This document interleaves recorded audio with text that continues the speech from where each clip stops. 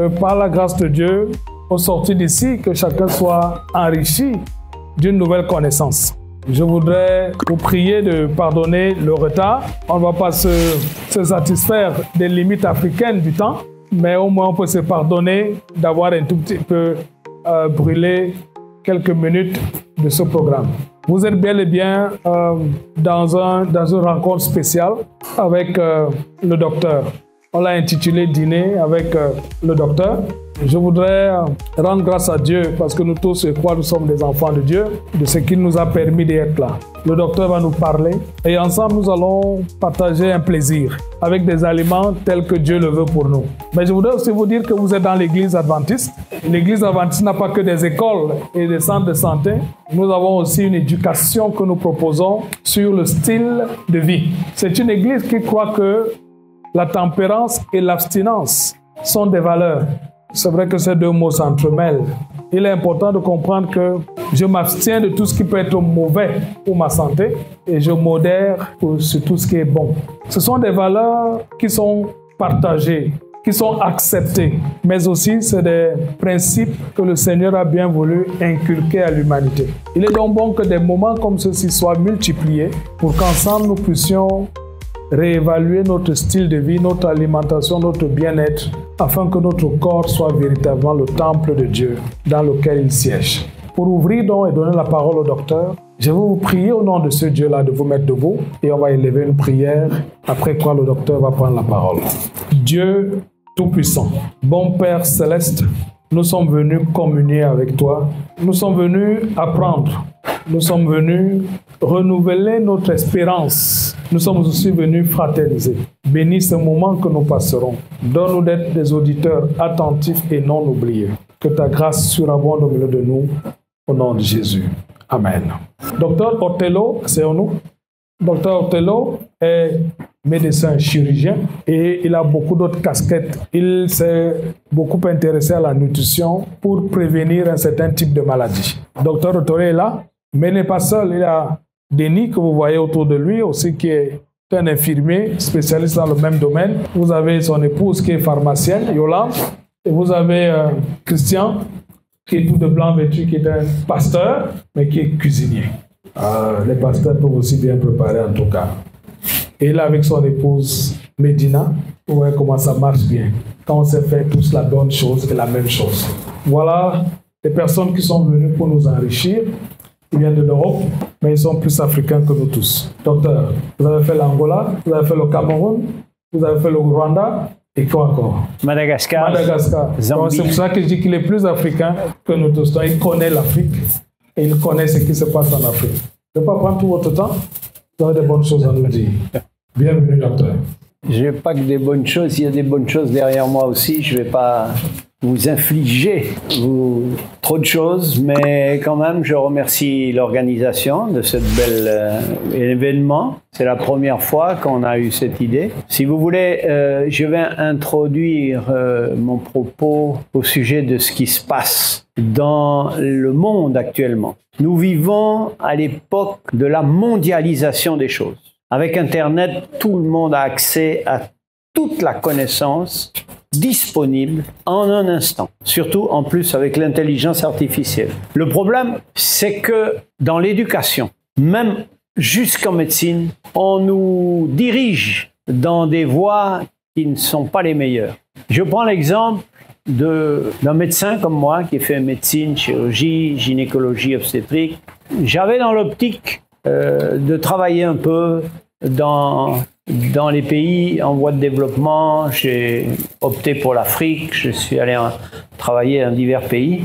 Mais lorsqu'on nous forme en médecine, depuis la classe primaire jusqu'en médecine, même en spécialité, on ne nous parle jamais de la santé. Jamais. La santé n'intéresse personne, si ce n'est vous-même. En tant que médecin, vous allez m'intéresser si vous êtes malade. Si vous n'êtes pas malade, circulez. On n'a pas des systèmes, on n'a pas un ministère de la santé, on a des ministères de la maladie. On s'est spécialisé dans le traitement de toutes les maladies. La médecine a fait des progrès gigantesques, mais l'état de santé de la population diminue. On n'a aucun résultat. Aucun résultat. Il y a je dirais, 2 facteurs qui vont influencer la longévité de l'être humain. Il y a ce qu'on appelle des zones bleues dans le monde où les gens vivent le plus longtemps. Il y a l'île d'Okinawa au Japon, il y a une île en Italie, et il y a aussi une université avec son grand campus autour. C'est une université adventiste de Loma Linda aux États-Unis, où les gens vivent le plus longtemps en bonne santé. Et les scientifiques se sont dit pourquoi ces gens-là vivent longtemps. Et il y a 2 facteurs qui changent la longévité de l'être humain. L'exercice physique et l'alimentation. La machine humaine, le corps humain, c'est la seule machine créée par Dieu, contrairement aux machines créées par l'homme, où plus on l'emploie, plus elle est en forme. Alors que une voiture, un ordinateur, plus vous l'employez, plus il va se dégrader. Ensuite, en ce qui concerne l'alimentation, parce que c'est là-dessus qu'on va un peu partager aujourd'hui. En ce qui concerne l'alimentation, il y a 2 choses qui m'ont poussé à sortir de ce qu'on m'avait appris à la faculté. À la faculté, on nous apprend, en tant que médecin, à connaître et à vendre des médicaments. On n'a pas été formé pour réfléchir. On t'apprend, tu récites et tu pratiques, c'est tout. Et dans nos sociétés qui sont mondialisées ici comme ailleurs, de plus en plus, le patient va voir le médecin et il s'attend à ce qu'on lui donne un traitement. Et ce traitement doit il doit passer par la pharmacie, une ordonnance. Et sans quoi on va répondre, on va dire au médecin, mais docteur, vous ne me donnez rien. Il attend une ordonnance et il attend un résultat rapide. Il met des années à dégrader sa santé, mais il veut être guéri en 2 jours. Vous voyez déjà, il y a un problème. Là, il y a un problème. Alors comment ça se passe, le mécanisme de la santé? Alors, quand on parle santé, à tout le monde, il y a un docteur qui arrive, vous êtes entouré de personnes qui disent « Docteur, j'ai mal au genou, j'ai mal au dos, j'ai mal à l'estomac, j'ai des migraines ». Quand on pense santé, on pense physique d'abord. Et pourtant, dans nos pays où on a un niveau de vie plus élevé, je prends mon pays d'origine, la Suisse, c'est mon pays d'origine, mais j'ai pratiquement jamais vécu, je suis parti à l'âge de 12 ans, c'est le pays que je connais le moins, et j'ai des collègues qui sont médecins, je pose la question. Je lui dis, comment les gens qui sont bien, ils ont tout ce qu'il faut, tu soignes quoi comme maladie en Suisse? Alors il m'a dit, moi, 80% de mes patients, ils sont dépressifs. La dépression, c'est une maladie épidémique. En Suisse, en France, en Europe, les médicaments qui sont le plus vendus, c'est les antidépresseurs. Tu te dis, mais il y a un problème. Voilà comment ça fonctionne. Voilà comment ça fonctionne. Je vous parlerai de 3 facteurs importants qui vont déterminer la santé. La première chose, c'est notre intestin, de la bouche, tout ce qui parle de la bouche qui descend dans les intestins et tout. Il y a une première partie, c'est l'estomac, qui sert à rendre liquide toute notre alimentation. Il n'y a rien qui sort de l'estomac qui n'est pas liquide.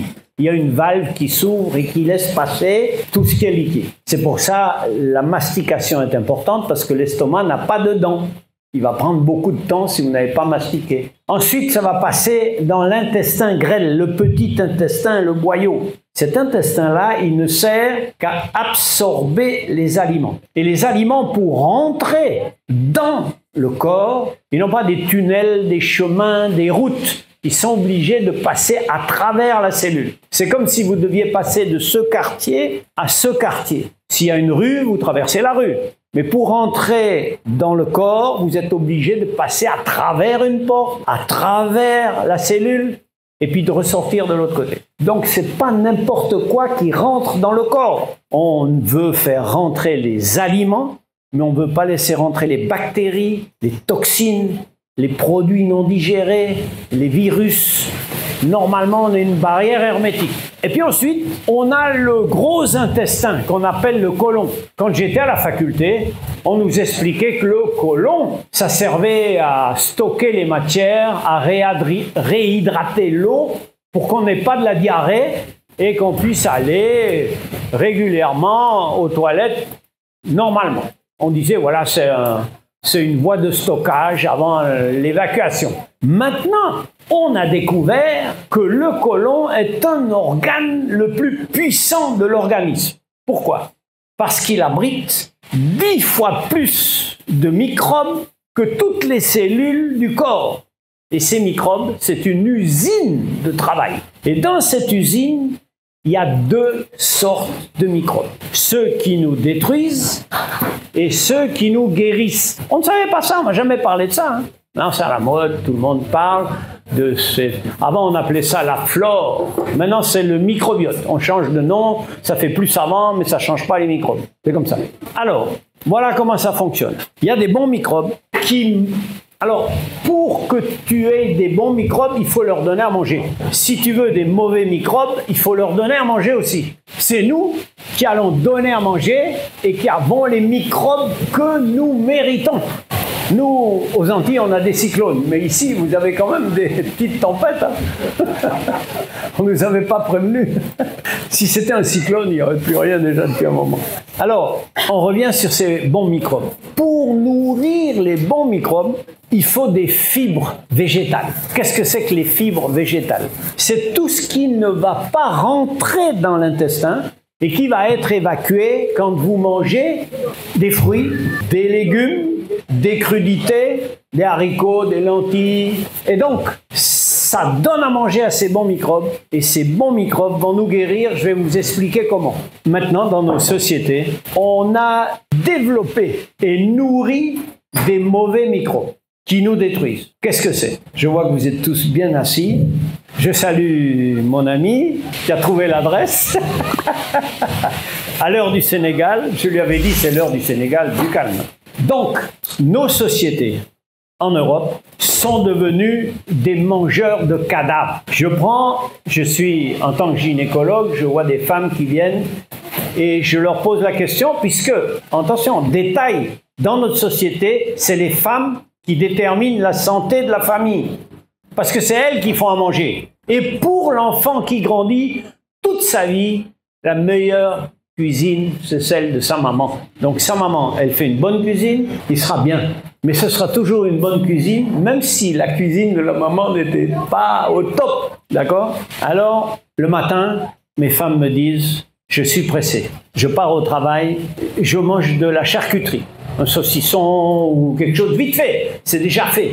Avec du pain, autre chose. Bon. Elle commence le matin avec de la viande. À midi, je mange comme tout le monde, il y a toujours de la viande, poulet, poisson, n'importe quoi. Et le soir, ben, je réchauffe ce qui reste. Hein.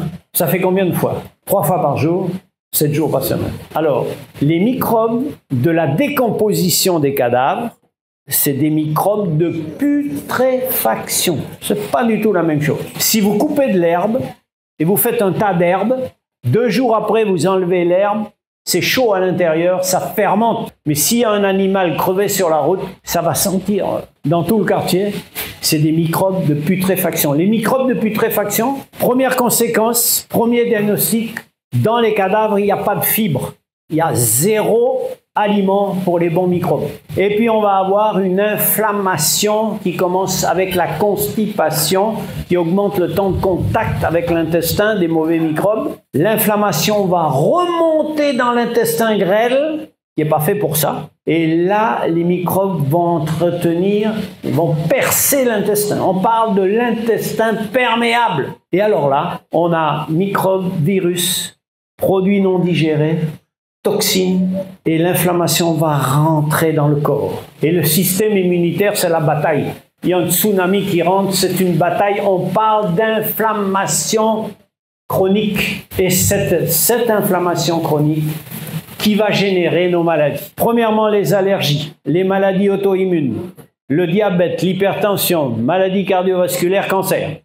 Ça, c'est le pain quotidien, c'est la douche pour tous les médecins, ça fait manger, il n'y a pas de problème. Un diabétique, c'est le meilleur client qu'on puisse avoir. Il est abonné, il vient renouveler l'ordonnance à vie.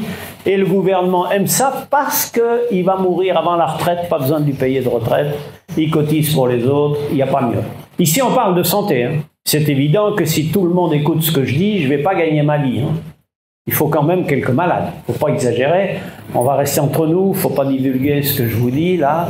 Maintenant, cette inflammation qui est rentrée dans le corps, elle va passer une deuxième barrière à un moment. C'est la barrière du cerveau. Et quand elle rentre dans la barrière du cerveau, elle va toucher directement à tous les âges. Parce qu'on a inventé des produits chimiques toxiques, et en particulier les pesticides, herbicides, dioxydes, métaux lourds. Ils vont pouvoir pénétrer. Et on a des enfants autistes, des enfants agités, des adolescents suicidaires. Dans mon pays, là, c'est un des taux les plus élevés de toute l'Europe d'adolescents qui se suicident. Ils ont tout ce qu'il faut, ils se suicident, ils n'ont rien d'autre à faire. Tu te dis, il y a un problème. Les adultes sont tous dépressifs. J'ai dit, mais on va les envoyer en Ukraine, ils vont faire la guerre de 3 ans, ils reviennent, ils sont contents. Je ne sais pas pourquoi ils sont dépressifs. C'est un problème. Et puis, à partir de 40, 50 ans, perte de mémoire, on ne sait plus où on est, Alzheimer, Parkinson, le cerveau, terminé. C'est pas prévu ça. Regardez par exemple ce qui s'est passé avec le Covid. Les enfants ne font pas de Covid et ils n'ont pas envie. Pourquoi? Parce qu'ils ont un intestin fermé, ils n'ont pas détruit. Mais les plus dangereux qui m'ont été donnés de soigner de Covid, c'est les gros mangeurs de cadavres. Ils aiment ça. Leur intestin, c'est une passoire. Le virus, il rentre comme chez lui et on a des ennuis. Intestin perméable, maladie. C'est pas tout. Maintenant, nous avons pollué. Ma génération, on a pollué la Terre avec des produits chimiques dangereux, persistants, hormonaux, cancérigènes et qui se concentrent dans les organismes vivants. Les plantes, les animaux et les hommes. Et ils se concentrent pas n'importe où. Dans une poubelle, c'est la graisse. D'accord? Donc on pollue la nature, on jette tout dans nos rivières, dans la mer, il faut bien évacuer. Les plantes sont polluées, les animaux mangent les plantes, ils stockent dans leur graisse les produits chimiques, les gros poissons mangent les petits, ils stockent. Et nous on mange. Ça c'est des produits cancérigènes, augmentation des cancers. D'accord? Ça, alors, je vous ai dit qu'ils sont stockés dans la graisse. Normalement, ils ne sortent pas. Ils s'accumulent, ils sont cancérigènes. Cancer de l'ovaire, cancer de l'utérus, cancer de prostate, et cancer du sein. D'accord? Maintenant, il y a une exception qui intéresse l'obstétricien, celui qui s'occupe des naissances. La femelle de l'animal et la maman, lorsqu'elle allaite son bébé, elle va nettoyer toute sa poubelle et elle va donner au premier enfant. Elle va continuer à manger des cadavres, elle remplit sa poubelle, elle va sortir sa poubelle, elle va allaiter son deuxième enfant. Si bien que l'enfant naît avec une dose déjà grande. Avant, en Europe, on faisait les cancers à 80 ans, après on les a fait à 50 ans, après on les a fait à 40 ans, et maintenant, il y a 3 ans, une jeune fille, 26 ans, 6e année de médecine, cancer du sein, métastase au cerveau, 6 mois terminés. Vous pensez qu'on va enterrer nos jeunes filles à 25 ans maintenant? C'est parce qu'on n'a pas de chance. Non, pas du tout. Pas du tout. Vous voyez? Alors, il y a des facteurs qui déclenchent. Et en particulier, chaque fois qu'on est déprimé, et maintenant c'est une épidémie, la dépression, le système immunitaire est déprimé aussi, et la maladie se greffe. D'accord? Ça, c'est la deuxième. Alors, je vous ai parlé des microbes qui dépendent de notre attitude. Je vous ai parlé de la concentration des produits chimiques qui se concentrent dans les graisses des cadavres, puisque dans les plantes, il n'y a pas de graisse. Vous êtes bien d'accord? Donc, voilà. Et puis, il y a une troisième chose qui est sortie il n'y a pas longtemps, qui a été révélée par le Covid. Le Covid, c'est un virus particulier qui a été fabriqué pour une raison. Vous savez, un virus, c'est pas capable de se reproduire tout seul. Il rentre dans la cellule, il détourne la cellule et lui fait faire un travail, se faire du virus. Mais pour rentrer dans la cellule, il a une perceuse spéciale et cette molécule chimique, c'est celle-là qu'on a introduite dans les vaccins pour qu'on puisse la produire nous-mêmes et soi-disant être immunisés. Quel que soit le mécanisme, on a introduit une perceuse qui fait des trous dans nos artères. Et maintenant, des années après le virus et des années après la vaccination, on a encore des gens qui meurent d'accidents vasculaires avec des longs caillots très spéciaux qu'on ne trouve pas ailleurs, uniquement dans ce cas-là. Pour quelle raison? Et ça, j'ai entendu ça il n'y a pas longtemps, des chercheurs qui ont remarqué que quand l'artère est malade, les caillots se forment. C'est un nom barbare. On appelle ça glycocalyx. C'est une espèce de couche qui nourrit l'artère de l'intérieur, qui protège l'artère. Comme une petite pelouse où il y a des molécules chimiques qui empêchent l'artère de se blesser, le sang de couler normalement sans qu'il y ait des caillots. Si vous avez une blessure quelque part, les plaquettes viennent faire une cicatrice et ça fait un caillot. Eh bien, ils ont remarqué que si on ne change pas d'alimentation pour nourrir le glycocalyx, on a des ennuis pour type accident vasculaire, caillots dans la circulation. Alors, on a questionné les gens qui travaillaient aux urgences en contact du virus pendant l'épidémie et on leur a posé une seule question. C'est une grande étude sur plusieurs pays, aux États-Unis, en Europe et tout. Ces infirmiers, on leur a dit, on a regardé qui avait fait le virus, qui avait pris la maladie et qui n'avait pas pris la maladie. On leur a posé une question. Qu'est-ce que vous avez mangé? Alors, il y a des gens qui mangeaient tous les cadavres. Viande, poulet, poisson. Il y en a qui mangeaient que du poisson. Puis il y en a qui étaient végétariens, ils mangeaient des produits laitiers. Puis il y en a qui étaient végétaliens, qui ne mangeaient pas de produits laitiers. Les végétaliens, ils n'avaient pas plus de Covid que les enfants. C'est-à-dire, et plus on augmentait la consommation de cadavres, plus on avait des malades graves. Parce qu'on détruisait l'intestin, on avait des artères qui n'étaient pas bonnes, etc., etc. Et donc, on avait tout réuni pour être malade. Donc finalement, nous on est une petite équipe qui faisons des formations maintenant depuis quelques temps. Moi quand j'étais en Afrique il y a déjà quelques années, j'étais en tant que chirurgien, obstétricien, ma femme est anesthésiste, on allait dans des endroits pour opérer, pour enseigner aussi. Mais là maintenant, on enseigne la prévention. On a un cuisinier qui sait faire la nourriture végétalienne, vous allez la voir. On a la femme du cuisinier qui est naturopathe, spécialiste en massage, hydrothérapie. Et puis, on parle des plantes et de l'alimentation. Et comme on nous a invités ici, on avait fait un programme à Brazzaville, ça s'est un peu ébruité, on nous a invités ici. On a eu 10 jours de formation. Et puis, on a pensé, c'est pas moi qui ai pensé, hein. Les organisateurs ont eu l'idée de cette manifestation pour vous sensibiliser. Il y a peut-être ici des gens qui viennent à l'école, qui amènent leurs enfants à l'école, et il faut savoir que la nutrition est absolument essentielle pour l'intelligence, la croissance du cerveau. C'est important de donner à nos enfants tout ce qu'il faut. Tout ce qu'il faut. Donc voilà, je ne vais pas vous tenir toute la soirée, j'ai l'impression que ce qui vous intéresse, ce n'est pas ma tête, mais ce qu'il y a derrière moi. Alors je vous dis merci de votre attention, et puis faites attention à vous, sinon vous allez voir les docteurs, mais vous saurez pourquoi, ce n'est pas pour des conseils, mais pour des médicaments. Que Dieu vous bénisse, merci de votre attention, merci aux organisateurs, et profitez bien du reste.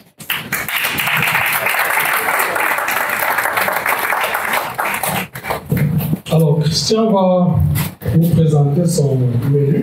Sa table est bien garnie. Qu'est-ce qu'on va manger, Christian? Oui. Pourquoi on les mange? Oui. Bon, merci pour votre patience. Maintenant, vous verrez que ici, la richesse de notre Créateur. Et c'est lui exactement qui cuisine. Parce que toute cette couleur, vous avez pensé pourquoi c'est tout orange, rose, blanc, vert, toutes sortes de couleurs. C'est plein de bonnes choses. Toute cette couleur, on doit manger. Et ça fait prendre aussi des couleurs de notre vie. Bon, je ne veux pas expliquer beaucoup à la crudité parce que ça c'est obvieux. Tomates, carottes. Nous avons 3 types de hummus. Ça c'est une pâté de pois chiche en 3 couleurs. Nous avons 3 types de vinaigrette. Une, c'est un peu plus doux, c'est le mangue. Oui, vinaigrette de mangue. Vinaigrette d'arachide, fort. Et un mayonnaise vegan. Mais maman dit qu'il aime en Sénégal la mayonnaise, c'est juste? Ouais. Là, vous pouvez prouver une mayonnaise sans œufs, sans l'huile extra, c'est nature, fait avec votre cajou du Sénégal.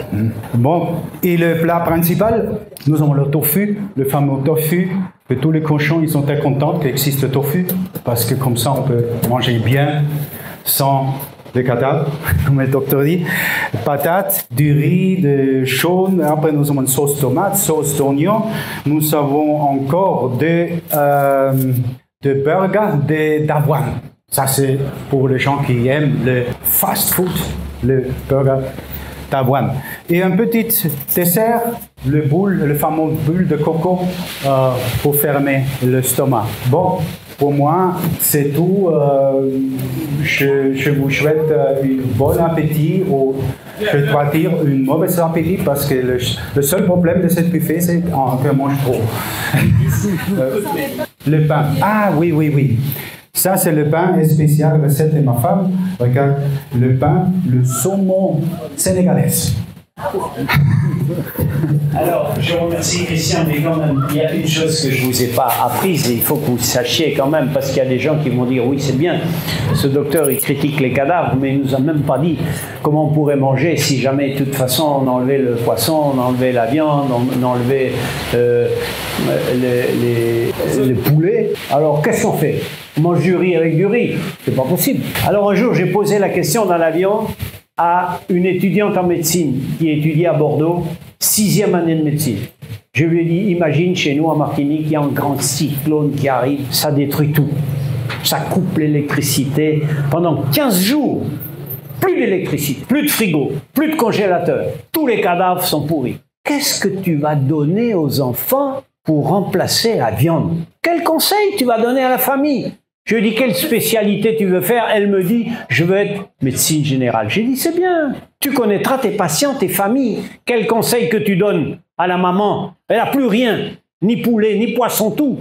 C'est pas en 6e du lycée que j'ai posé la question. En 6e année de médecine. Vous savez ce qu'elle m'a répondu? Je ne sais pas. Donc, vous voyez qu'on fabrique des crétins. C'est important, les crétins, parce qu'on devient millionnaire avec des crétins. Alors, si j'avais 3 secondes pour parler à quelqu'un dans le métro, je lui disais, tu remplaces viande, poulet, poisson par haricots, lentilles, pois chiches. Si tu as plus, tu peux prendre du tofu, mais voilà. Vous avez tout ce qu'il faut ici. Vous n'êtes pas contraint de manger des cadavres dont vous ne connaissez pas la provenance. Parce que si je vous montre d'où ils viennent, alors là, vous avez compris. D'accord? Donc ici, vous n'êtes pas intoxiqué. Vous pouvez manger, ça ira bien. Il fallait que je vous dise ça quand même. Oui. Merci, Brésil. Merci. Ça va? Le problème, c'est de nous engager. Et ça, c'est le rôle du pasteur que je suis. C'est de vous engager à améliorer notre alimentation. Vous voyez, moi, j'ai un gros ventre et je suis 1m70. 1m70 et j'ai 100 kilos. C'est pas bon, n'est-ce pas? Il y a beaucoup qui me ressemblent, en tout cas. Nous devons travailler et être honnêtes avec nous-mêmes. Que nous mangeons trop salé, nous mangeons trop gras et nous mangeons trop sucré. Mais aussi nous confessons que nous ne savons pas préparer. Nos femmes préparent bien. Pour le tchèp avec le bon poulet, le bon poisson. Et on mange ça bien. D'ailleurs, on mange avec les mains pour savourer dans sa profondeur notre régime que nous chérissons et que nous gardons bien. Mais nous tous, nous savons que c'est rempli de cancers. Il n'y a personne ici qui va dire le contraire. Nous tous, nous savons que ça, c'est le problème. Quand on boit du soda, on sait que c'est le problème. Mais c'est bon. Hein? C'est bon. Et on avale. Et on dit, mais pourtant, il y a du bon bissap et du bouilli qui est là et qui nous font plus de bien que toutes les boissons précieuses que vous pouvez imaginer. Que faire? Moi, je m'engage. Et je veux m'engager à faire tout ce qui est de mon possible pour réduire au maximum tout ce qui est mauvais. C'est un engagement. Est-ce que vous voulez aussi vous engager? Il y en a qui me regardent et disent, pasteur, ce n'est pas le moment. Mais si vous ne rentrez pas dans la logique du pasteur, vous rentrez dans la logique du gynécologue, de l'odontologue, du cancérologue, avec toute leur famille. Et vous allez dire au pasteur, pasteur, prie pour moi, je suis malade. Et le pasteur va dire, non, tu vas dire vraiment, jeune pasteur, mais je veux que je veux être guéri. Donc, je crois qu'il faut réduire le travail du pasteur. Là, on priera plus pour rendre grâce à Dieu de la bonne santé que pour dire à Dieu, Seigneur, tous nos membres sont malades. Nous sommes tous diabétiques, on est hyper tendus, on est ceci. Donc l'église adventiste veut s'engager avec vous pour promouvoir la santé par un bon style de vie. Et nous pensons que chaque année, des rencontres comme celle-ci nous permettront de nous rappeler de notre engagement. Et nous invitons autour d'une table comme celle-ci. Elle est belle la table, n'est-ce pas? C'est pas cher. On n'a pas beaucoup dépensé pour faire ça. Vous allez le voir. Et nous tous, on va bien manger, on sera bien rassasiés. Même si c'est amer, mangez. Parce que c'est bon. Ouais, les bâtons qu'on utilise là pour faire comme ça, là. Vous connaissez les bâtons là, non? C'est pas sucré, non? Mais c'est dedans. Et on est fiers de marcher avec nos bâtons. Manger, c'est pas ici. C'est ce que ça fait ici. Que Dieu nous bénisse. Si on peut se lever pour bénir ce repas. Au moins ici, on va prier sans problème. Je me souviens d'un pasteur à qui on a présenté un buffet. On dit, pasteur, il faut bénir le buffet. Et le pasteur a dit, oh Seigneur, il y a tellement de choses. Ce que tu crois que tu peux bénir, bénis. Mais ici, on va prier sans retenue, parce que tout est à bénir. Amen. Amen. Seigneur, bénis ce repas, parce qu'il est bon. Au nom de Jésus. Amen. Amen. Bienvenue à tous, j'espère que vous allez bien. Bienvenue dans notre dîner avec le docteur.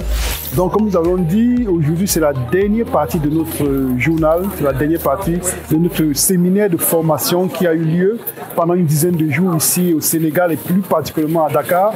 Donc nous sommes arrivés à la fin de notre formation et aujourd'hui ce qu'il y a de particulier, c'est qu'il y aura un dîner avec le docteur. Donc c'est une méthode d'évangélisation basée sur l'alimentation ou plus précisément sur la réforme alimentaire. Donc ça permet à ce que nous puissions, l'Église puisse s'approcher beaucoup plus de façon plus intime à la communauté, aux voisins, au voisinage. Il y a par exemple des personnes qui ont invité des collègues de travail, il y a des personnes qui ont invité des amis, des voisins. Du coup, ça donne la possibilité à ce que nous puissions être plus proches de la population pour pouvoir prêcher le message de la réforme alimentaire. Donc aujourd'hui, nous avons invité beaucoup de personnes qui sont arrivées pour pouvoir goûter à ce dîner. Nous avons déjà eu l'introduction avec le pasteur qui a béni le repas, qui a fait son intro, et puis aussi l'introduction aussi avec le dîner, avec le docteur Othello qui a parlé, qui a présenté les bienfaits et les dangers d'une alimentation qui ne sont pas selon la volonté de Dieu, selon Genèse chapitre 1, verset 29. Donc, nous vous invitons à suivre le programme avec nous et à très bientôt.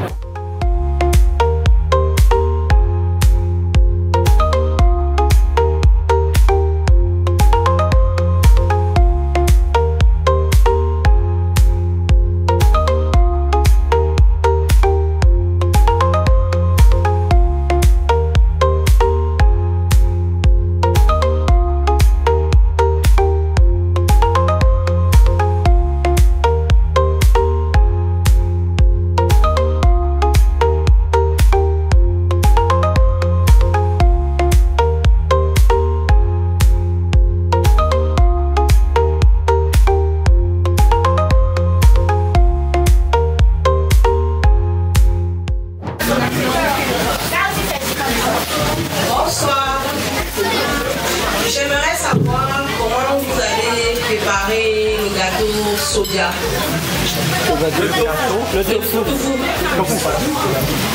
Merci. Surtout la sauce là.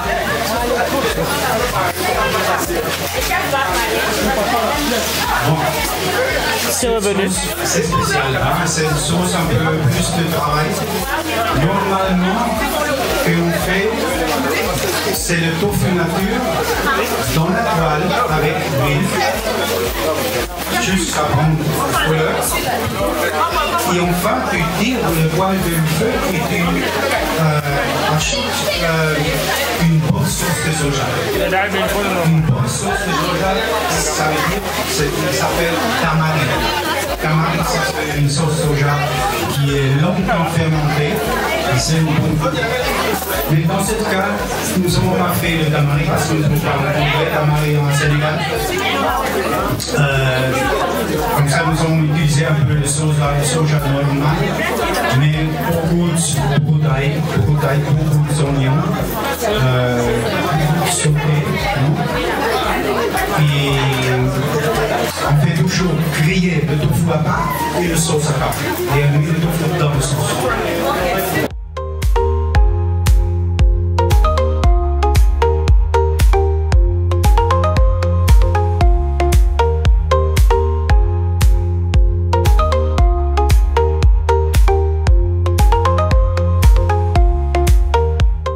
Alors Christian, le chef, notre chef, nous sommes arrivés au thème de la formation et tout. Et aujourd'hui, nous avons eu le dîner avec le docteur. Donc, Oui.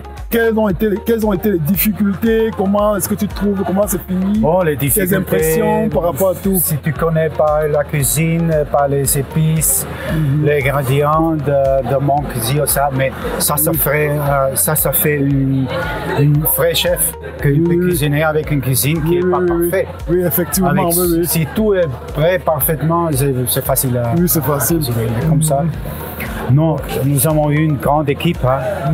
Toutes ces femmes qui sont tellement expérimentées avec la cuisine africaine. Oui.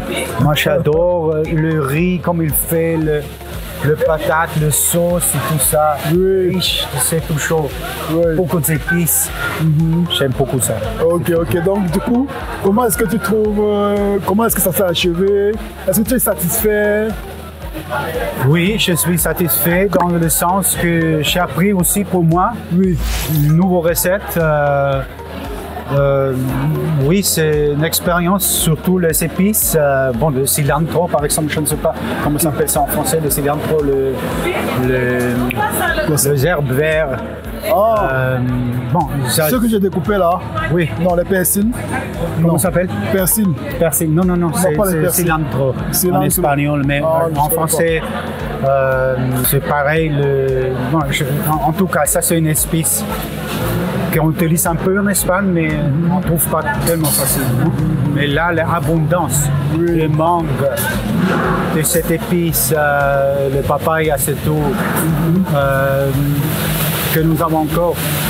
La richesse des légumes, ça m'a surpris aussi. Tellement de variété de légumes. C'est une grande cuisine. Oui, ok. Donc, du coup, pour ceux, parce que là, on va laisser aussi un message pour ceux qui étaient ici et pour ceux aussi qui vont nous regarder par rapport au concept de dîner avec le docteur. Oui. Qu'est-ce que tu peux donner comme conseil? Le conseil, commencer avec une ou deux recettes, pas changer tout le frigo, jeter tout la viande dehors d'un jour après l'autre, parce que ça c'est pas possible. Si tu as des coutumes de manger de la viande, tu dois commencer avec un plat végétarien. Par exemple, aujourd'hui nous avons eu le burger d'avoine. Ça tu peux faire une fois par semaine et tu congèles. Et les enfants, ils aiment manger ça. Et en place de manger chaque jour la viande, ils peuvent prendre une fois un burger d'avoine. C'est une alternative. Comme ça, avec le temps. Important que c'est aussi palatable. C'est le manger, c'est attractif pour l'enfant, pour la famille. Pas trop compliqué que tu n'es pas chaque jour des heures dans la cuisine. Tu fais une fois ou deux fois maximum par semaine. Tu fais un peu plus grande quantité. Tu le congèles. Et comme ça, tu es plus tranquille. Ok, merci beaucoup Christian. Bon, merci beaucoup pour tout ce qui a été fait et nous sommes contents. Ok, merci beaucoup. La prochaine fois. Ok, donc nous sommes là à la fin de notre séminaire et aujourd'hui, comme nous avons dit, nous avons fait le programme, nous avons eu le dîner avec le docteur qui a été, disons que l'objectif c'est quoi? De pouvoir atteindre la population de toutes les classes et nous savons que les meilleures choses se disent souvent autour d'un plat. Donc aujourd'hui, ça a été vraiment une bénédiction. Je vous laisse Nous tout bénissons ça. l'Éternel pour ça. Et que l'Éternel vous marque, que vous aussi vous soyez bénis. Et à très Ramasser tout bientôt ça. dans la prochaine Vous formation. avez encore de musicale. manger pour demain et À après-demain. plus. Alors, nous avons développé aujourd'hui le concept du dîner avec le docteur. Et nous avons pensé qu'il était bon de rendre pratique l'alimentation saine. Et autour du médecin, on a une belle table et le médecin peut partager quelques conseils. L'objectif étant de promouvoir la vie saine. La vie saine. Et d'amener les gens à connaître comment confectionner des plats qui pourront, dans une grande mesure, prévenir un certain type de maladie. C'est aussi ça l'évangile. Que Dieu nous bénisse.